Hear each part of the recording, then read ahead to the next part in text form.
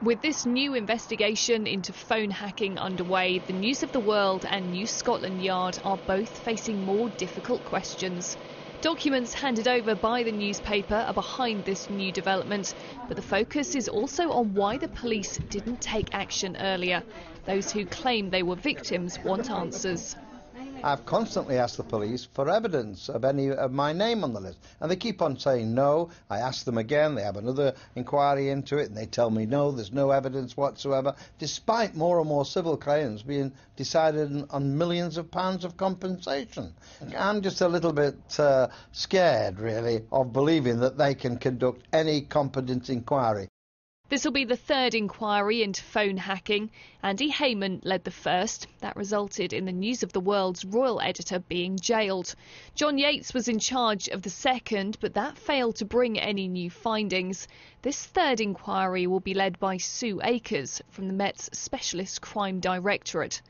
In 2009, John Yates was quizzed by a group of MPs about his inquiry.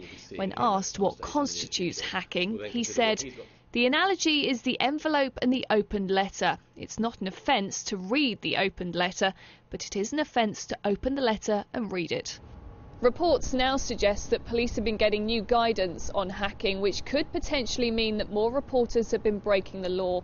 In the past, it was classed as a crime only if the journalist had listened to the message before the person it was intended for. However, it's now believed that prosecutors say that it's illegal whenever those messages are tapped into. There have even been suggestions that this could go further than the News of the World.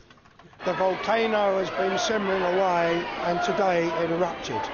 And I think an awful lot of people in Fleet Street, all over Fleet Street, are going to be very worried now what the Met Police might find when they really start to investigate. A whole host of famous faces have since come forward, angry that they could also be victims. Stars at the National TV Awards last night were more laid back. Anyone that would think about hacking my phone would seriously regret it, because I'm just not that interesting and I could talk for hours about things that just really aren't that interesting. My phone is normally used to order pizza, so I suspect the most they've got out of me is finding out whether I like a deep crust or the thin and crispy, so I'm not that bothered. I think if you're a celebrity and you don't think that they're reading every tweet, every email, every text and listening to every message, then you're silly. But others will be watching this investigation closely, waiting to see what new revelations and potentially resignations it could bring. Rhiannon Mills, Sky News.